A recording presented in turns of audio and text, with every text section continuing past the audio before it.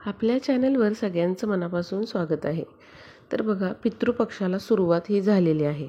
8 सप्टेंबरपासून 21 सप्टेंबरपर्यंत पितृपक्ष असणार आहे. म्हणजे पितृ पंधरवडा हा असणार आहे. पितृपक्षामध्ये पितरांना घास काढला जातो आणि बघा, पितरांना तृप्ती मिळावी यासाठी पितृपक्षामध्ये जे पितरांचे जेवण आहे तर ते बनवले जाते आणि त्यांना घास दाखवला जातो. तर पितरांचे हे जेवण करत असताना आपण कोणते कोणते नियम पाळायला पाहिजेत, त्याचबरोबर पितरांना नैवेद्य दाखवत असताना कुठले आपल्याला नियम पाळायचे आहेत ते आपण बघणार आहोत. त्याचबरोबर पितरांच्या नैवेद्याच्या ताटामध्ये कोणकोणत्या भाज्या आपल्याला करायच्या आहेत, त्याचबरोबर कोणकोणत्या भाज्या आपल्याला पितरांचे जेवण बनवत असताना करायच्या नाहीत हे देखील आपण बघणार आहोत. त्याचबरोबर पितरांचा नैवेद्य बनवताना तो कोणी बनवायचा आहे, कुठल्या चुका आपल्याला करायच्या नाहीत. कारण 99% लोक बघा या 2-3 चुका नक्कीच करतात. आणि बघा, अशा चुका जर आपण पितरांचं जेवण बनवत असताना किंवा ते पितरांसाठीचा जो घास आहे, नैवेद्य आहे, तर तो बनवत असताना जर या चुका आपण केल्या तर जो घास आपण पितरांसाठी काढत असतो त्याचा काहीही उपयोग होत नाही. त्यामुळे या चुका तुम्ही करू नका. हे नियम जे आहेत ते नक्की आपल्याला पाळायचे आहेत.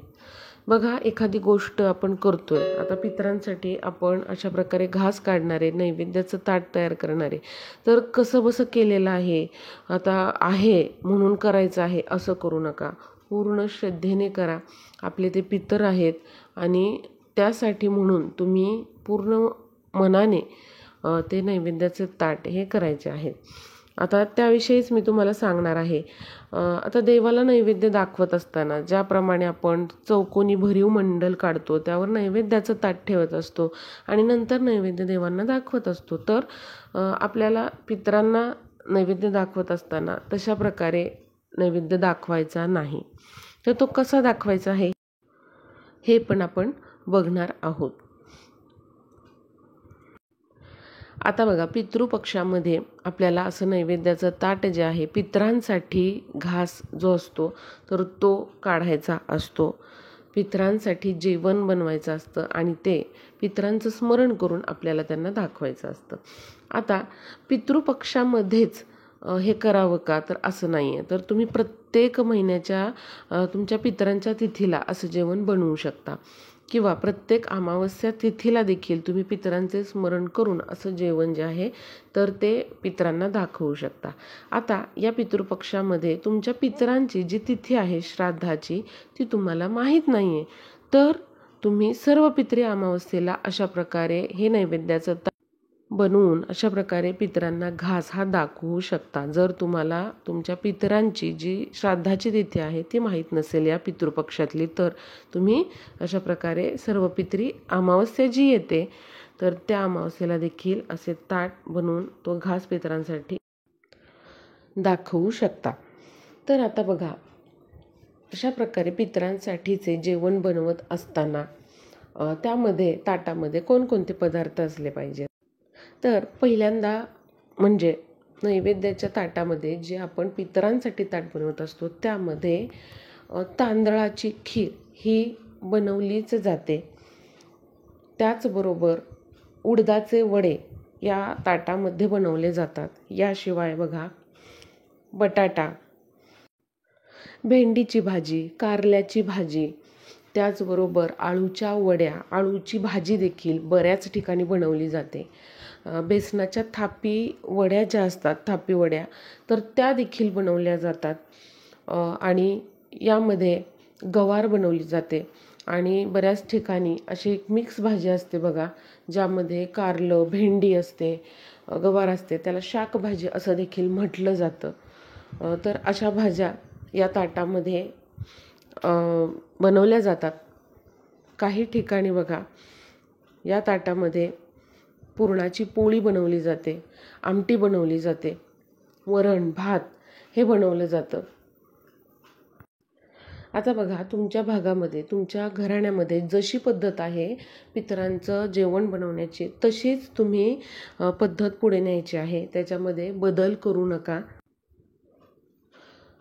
म्हणजे आत्तापर्यंत ज्या पद्धतीने तुम्ही पितरांसाठीचे जेवण बनवत आलेला आहात तसेच पदार्थ आपल्याला बनवायचे आहेत. कारण बघा, प्रत्येक घराची, प्रत्येक भागातली पद्धत ही थोडीफार वेगळी असू शकते. त्यामुळे बघा, मी इन जनरल जे पदार्थ असतात ताटामध्ये पितरांच्या ते सांगितलेले आहेत. आता आपल्याला पितरांचे जेवण बनवत असताना कांदा लसूण विरहित जेवण बनवायचे असते. त्यामध्ये कांदा लसूण यांचा वापर केलेला नसावा.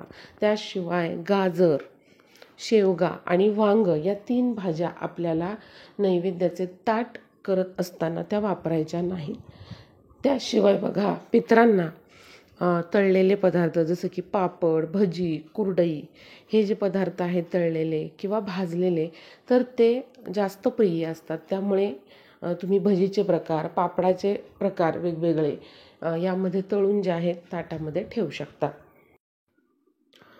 पितरांच्या नैवेद्याचे ताट हे घरातील महिलांनी बनवायचे आहे.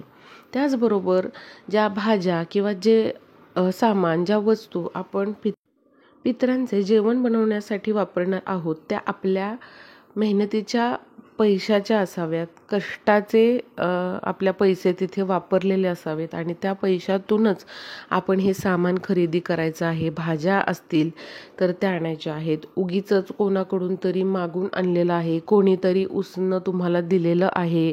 बघा, बऱ्याच वेळेला असं होतं ना की आमच्या झाडाचे आहेत हे आळूची पानं किंवा काही भाज्या, तर हे घ्या तुम्ही, आणि आपण त्याचंच बनवलेलं जर असेल तर बघा, हे चुकीचं आहे. तुमच्या मेहनतीच्या कष्टाच्या पैशाने हे सामान तुम्ही खरेदी केलेलं असावं आणि जसे जमेल तसे तुमच्या स्वतःच्या मेहनतीतून तुम्ही जे पदार्थ किंवा जे वस्तू आणलेले आहेत त्यातून तुम्ही हे जेवण बनवायचं आहे. बघा, यामुळे आपल्या पितरांची तृप्ती होते. त्यामुळे बघा, या गोष्टी आपल्याला नक्की पाळायच्या आहेत. त्याचबरोबर पितरांचा स्वयंपाक बनवत असताना खूप जास्त आपल्याला, म्हणजे आपण खूप जास्त आनंदी आहोत किंवा खूप जास्त उत्साही आहोत, तर अशा पद्धतीने पण आपल्याला तो स्वयंपाक करायचा नाही. आणि खूप जास्त दुःखी आहोत, कसं तरी आपण काम आहे म्हणून करतोय, अशा पद्धतीने देखील तो स्वयंपाक करायचा नाही. एकदम आपल्याला न्यूट्रल राहायचं आहे आणि तो स्वयंपाक जो आहे पितरांचा, तर तो आपल्याला करायचा आहे. आपल्या पितरांसाठी आपण करत आहोत, या श्रद्धेने आपल्याला तो स्वयंपाक जो आहे पितरांचा, तर तो करायचा आहे. काम आहे म्हणून केलेलं आहे, कसं तरी पूर्ण करायचं आहे असं करू नका. किंवा खूप जास्त आम्ही आनंदी आहोत असं देखील आपल्याला तो स्वयंपाक करायचा नाही. कारण बघा, स्वयंपाक करत असताना जो भाव असतो मनातला, तो त्यामध्ये उतरत असतो. त्यामुळे या गोष्टींकडे पण आपल्याला लक्ष द्यायचं आहे. पुढची गोष्ट म्हणजे पितरांचा स्वयंपाक करत असताना तो चाखून बघणे, मीठ आहे की नाही बघणे किंवा तो कसा झालेला आहे हे पाहणे, हे चुकीचं आहे. बऱ्याच जणांना तशी सवय असते पापड खाणे किंवा भजी खाणे. तर बघा, घरामध्ये लहानांपासून मोठ्यांपर्यंत हा नियम सगळ्यांनी पाळा. जोपर्यंत तुम्ही पितरांना घास दाखवत नाही तोपर्यंत घरातील कोणीच त्यातील पदार्थ खायचा नाही. भले तो कसाही होऊ द्यात, पण तो तुम्ही चाखून बघायचा नाही. आधी तुम्ही पितरांना नैवेद्य दाखवायचा, घास काढायचा पितरांचा, आणि त्यानंतर आपल्याला तो खायचा आहे. आणि तुम्ही ज्यांना कोणाला पितरांच्या जेवणासाठी बोलवलेलं आहे त्यांना जेव्हा तुम्ही जेवू घालता त्यानंतर घरातील इतरांनी ते जेवण जेवायचं आहे. आणि लक्षात घ्या, पितरांचे जे जेवण आहे तर ते आधी आपल्याला काय करायचं आहे, त्याचा घास काढायचा आहे आणि तो कावळ्याला दाखवायचा आहे. म्हणजे काय, जे जे काही तुम्ही पदार्थ केलेले आहेत तर ते तुम्ही केळीच्या पानावर घ्या किंवा ताटामध्ये घ्या थोडे थोडे, आणि ते एकत्र आपल्याला कुस्करायचे आहेत चांगले. आणि हे तुम्हाला आधी कावळ्याला खाऊ घालायचा आहे. तो घास तुम्हाला कावळ्यासाठी ठेवायचा आहे. पितरांचं स्मरण करून हा घास तुम्ही कावळ्याला खाऊ घालायचा आहे. तुमचं टेरेस असेल किंवा अंगण असेल, तो घास आपल्याला तिथे ठेवायचा आहे. आमच्या इथे कावळे येत नाहीत, मग कसं करायचं? बघा, कावळ्यासाठी आपण घास ठेवलेला आहे या भावनेने तो घास आपल्याला ठेवायचा आहे. मग कोणत्याही पक्ष्यांनी तो खाल्ला तरीही चालेल, किंवा तुमच्याकडे तिथे अजिबात सोय नाही तर कावळ्यासाठी म्हणून तो घास तुम्ही अंगणामध्ये किंवा टेरेसवर ठेवा आणि त्यानंतर तुम्ही लगेचच तो गाईला खाऊ घातला तरीही चालेल. आणि नैवेद्याचे ताट जे आहे, पितरांसाठीचे जेवण बनवताना दुपारी 12च्या आत हा नैवेद्य आपला झाला पाहिजे अशा पद्धतीने तुम्ही स्वयंपाक करायचा आहे. दुपारी 12च्या आत आपल्याला पितरांना घास दाखवायचा आहे आणि अशा प्रकारे जी व्यक्ती जेवायला येणार आहे पितरांसाठी म्हणून, तर तिला तुम्हाला जेवू घालायचं आहे. पितरांसाठीचा नैवेद्य हा आपल्याला शक्यतो 99% हा केळीच्या पानावर वाढायचा आहे. जर अगदी शक्य नाही आहे केळीचं पान मिळणं, तर तुम्ही तो नैवेद्य ताटामध्ये वाढू शकता. पण आपल्याला प्रयत्न करायचा आहे की केळीच्या पानावर आपण तो नैवेद्य वाढू शकू. आता बघा, पितरांचे नैवेद्याचे ताट बनवत असताना ज्याप्रमाणे आपण साधं देवांसाठी नैवेद्याचं ताट बनवतो, तर त्यामध्ये काय करतो, मीठ लिंबू हे आधी ठेवत असतो. पण पितरांच्या नैवेद्याच्या ताटामध्ये आपल्याला मीठ लिंबू हे शेवटी ठेवायचं आहे. त्याचबरोबर बघा, जे पदार्थ आपण देवाच्या थाळीमध्ये किंवा नैवेद्याच्या थाळीमध्ये ज्या क्रमाने ठेवत असतो त्याच्या बरोबर उलट क्रमाने आपल्याला पितरांचं नैवेद्याचं ताट जे आहे तर ते बनवायचं आहे. म्हणजे आपण देवांच्या नैवेद्याच्या ताटामध्ये जे पदार्थ अगदी क्रमाने व्यवस्थित ठेवत असतो, तर पितरांच्या नैवेद्याच्या ताटामध्ये आपल्याला ते पदार्थ पानामध्ये तुम्ही कसेही ठेवू शकता. म्हणजे वरण भात तुम्ही असा एकदम खाली ठेवू शकता, किंवा मग आमटीची वाटी तुम्ही कशाही कुठेही ठेवू शकता. चपाती किंवा जी पोळी केलेली आहे ती देखील तुम्ही कुठेही ठेवू शकता. म्हणजे असं काही नाही नियम की हे इथंच ठेवलं पाहिजे ते तिथंच ठेवलं पाहिजे. तुम्ही रँडमली कसेही पदार्थ त्या पानामध्ये पितरांच्या जेवणासाठी ठेवायचे आहेत.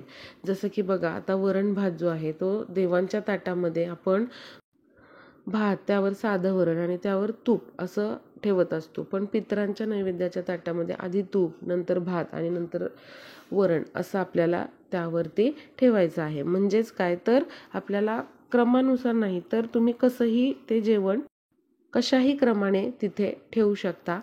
आणि त्याचबरोबर बघा, ज्याप्रमाणे आपण देवाला नैवेद्य दाखवताना चौकोनी भरीव मंडल काढतो, त्यावर नैवेद्याचं ताट ठेवतो आणि 3 वेळा ताटाभोवती पाणी फिरवतो देवांसाठी नैवेद्य करत असताना, दाखवत असताना, तर त्याच्या सेम उलट आपल्याला पितरांना नैवेद्य दाखवताना करायचं.